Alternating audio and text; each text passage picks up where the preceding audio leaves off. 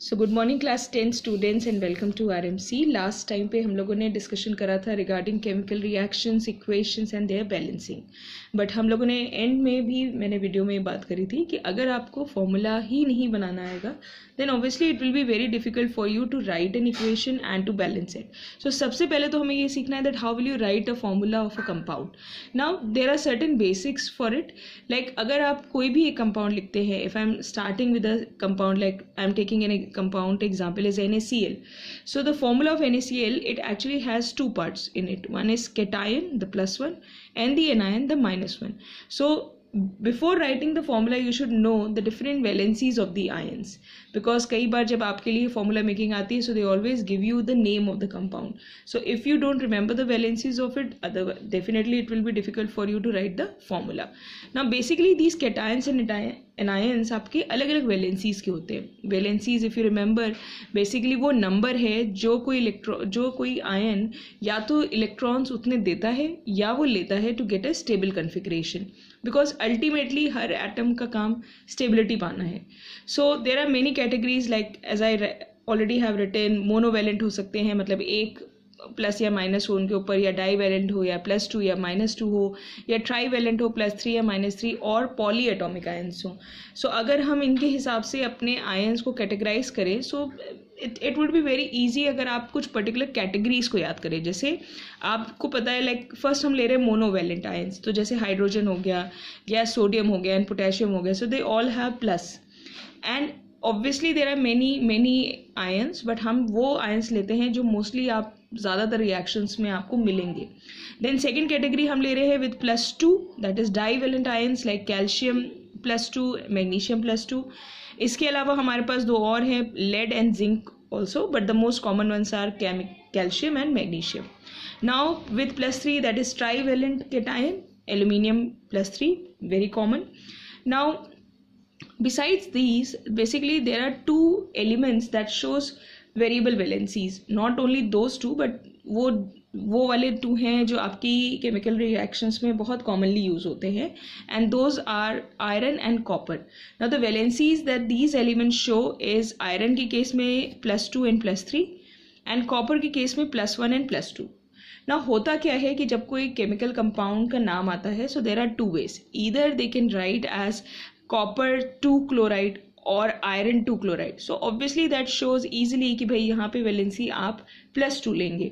लेकिन अगर वो इसकी बजाय if they will use the term cuprous और क्यूप्रिक और फेरस और ferric, so there is a very simple what I can say a trick, because हमेशा हमें केमिस्ट्री में ट्रिक की बहुत ज़रूरत होती है, how to remember those tough things. So trick यहाँ पर ये है कि यूजुअली जो आपका आयन के एंड में अस होता है, like ferrous, cuprous, so that is having the low valency, जो भी उस आयन की होगी, एंड अगर वो एंड हो रहा है विद एक, so that means that will have a more valencies. Like if I am saying ferrous, so ferrous की दो valencies में +2 एंड +3 है, so कम वाली है +2, यानी कि अगर कहीं पे फेरस क्लोराइड लिखा हुआ है so I should remember कि वहाँ पे मुझे आयरन की +2 वैलेंसी यूज करनी है, एंड अगर वहाँ फेरिक लिखा हुआ है दैट शोज दैट मुझे वहाँ पे आयरन की +3 वैलेंसी शो करनी है। So it will be very simple if you understand the difference between ous and ic, like cuprous and cupric, ferrous and ferric.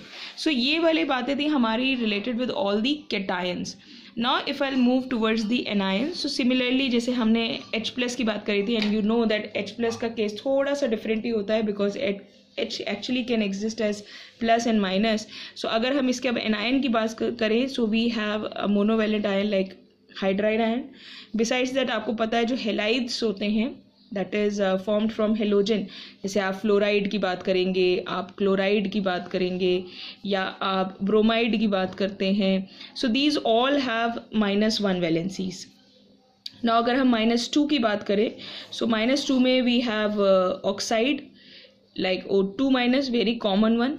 इसी तरह से अगर आप बात करें 3 की बात करें, so we have nitride that is N3-। So these are the most common cation and anions with their valencies. Now other than this, ज़्यादातर इस केस में आप देख रहे हैं दैट इन सब में एटम्स का जो नंबर है that is only 1, but there are certain ions जहाँ पे नंबर ऑफ एटम्स भी एक से ज़्यादा हो जाता है, and then they are called as polyatomic ions, and these are really common और बहुत ज़्यादा पेपर में आते हैं, and they are quite confusing कि बच्चे उसमें गड़बड़ करते हैं. So obviously we only can remember those. So उसमें जो सबसे कॉमन पॉलीएटॉमिक इफ आई से एनायन जो है that is ammonium. Symbol is NH4 plus. Now if you know that NH3 होता है अमोनिया, बट अगर अमोनियम की बात करेंगे like ammonium carbonate, ammonium sulphate, so there we need to use this that is NH4 plus. Similarly अगर हम anions के लिए बात करें so we have many, like sulphate के लिए हम यूज़ करते हैं SO4 विद 2 माइनस. देन हम यूज़ करते हैं नाइट्रेट के लिए NO3 माइनस. देन हम यूज़ करते हैं कार्बोनेट्स के लिए CO3 2 minus. Then we use for bicarbonate और hydrogen carbonate HCO3 minus. Then हम हाइड्रोक्साइड के लिए यूज़ करते हैं OH minus. And other than that we have many, like nitrite है तो हम सल्फाइट है अगर तो हम sulphide. So there are many ways by which we can actually write these polyatomic. So these are few examples of the cation and anion जो अगर आप याद रखें, so I think it will be very easy for you to understand all the formulas, and you can easily create them just by remembering these ions and their valencies. Alright, so अगर अब हम start करें that how can we write a formula, so let's try to make it.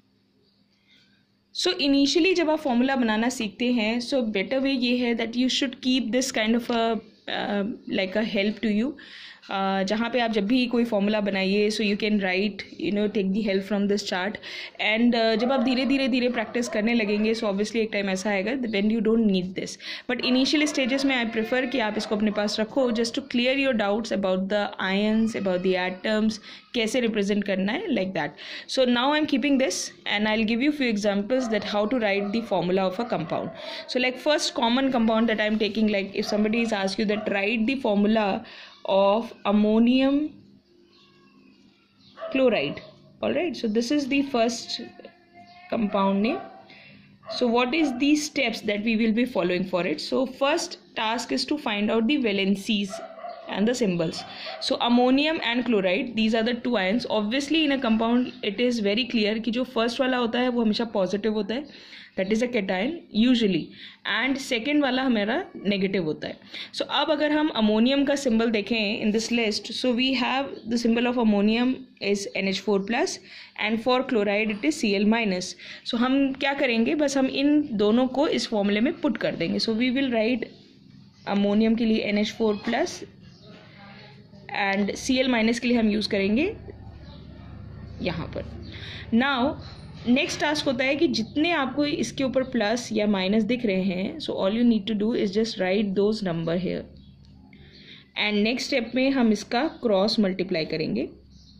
उसके बाद हमारा simple task क्या होता है कि हम फिर से सेम जो हमारा मेन एलिमेंट या आयंस का जो सिंबल हैं वो हम पहले वैसे ही लिखते हैं, और फिर जो ये नंबर्स होते हैं ना इनके वैलेंसीज के जो क्रॉस मल्टीप्लाई हम करते हैं वो हमें बेसिकली इनके नीचे यहाँ पे मल्टीप्लाई करके लिखना होता है. Like in this case the values are 1. So अगर मैं लिखना चाहूँ तो पहली बात तो ये कि हाँ पॉलीएटॉमिक के केस में बिकॉज अगर मुझे 1 से मल्टीप्लाई करना है तो I have to make a bracket because that 1 will be multiplied by the entire polyatomic ion.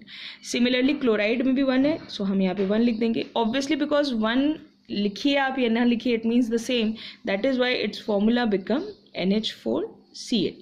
सो आपका अमोनियम क्लोराइड का फॉर्मूला हो जाएगा NH4Cl. Now the next compound if I take, so I am taking sodium carbonate. Okay, so sodium carbonate again I'll definitely find the symbols for it, so I'll use this chart. For sodium it is Na plus and for carbonate as I said it's CO3 2 minus. So I'll put these two values here. So sodium की जगह पे मैं लिखूंगी Na plus and for carbonate CO3 2 minus. ठीक है, just follow the steps. अगर आप steps correct कर रहे हो then there is no chance कि आप वो गलत कर पाएंगे. नाउ सेम फिर वही, जितने प्लस या माइनस आपको नज़र आ रहे हैं, अब यहाँ 1 है, यहाँ 2 है. So next step will be cross multiply.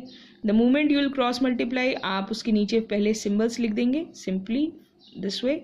अब आपको क्या करना है, यहाँ पे 2 था, सो 2 का मल्टीप्लिकेशन हो रहा है विद Na, यानी कि हम आफ्टर दिस हम यहाँ पे Na के नीचे लगाएंगे 2.